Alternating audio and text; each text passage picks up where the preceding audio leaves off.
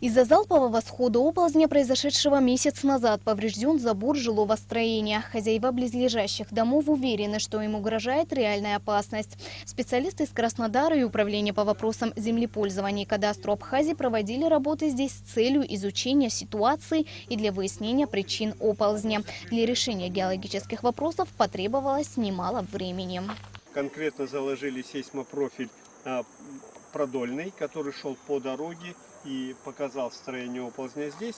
И заложили до речки два сейсмопрофиля длиной общей примерно 250 метров. Мы поняли, что здесь имеется древний оползень, и на его поверхности формируется второй этап оползания, молодой оползень. Глубина образовавшегося второго смещения почти 16 метров. Российские специалисты рассказали о том, какие работы здесь нужно провести, чтобы избежать дальнейшего движения почвы.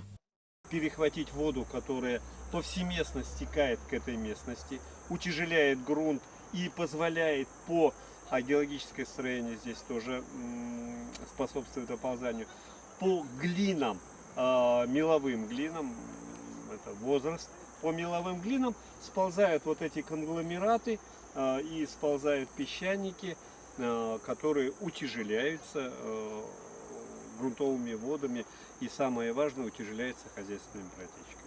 Жители надеются, что проблема в скором времени будет решена. Их дома останутся целыми и невредимыми. Аманда Пони, Абхазское телевидение.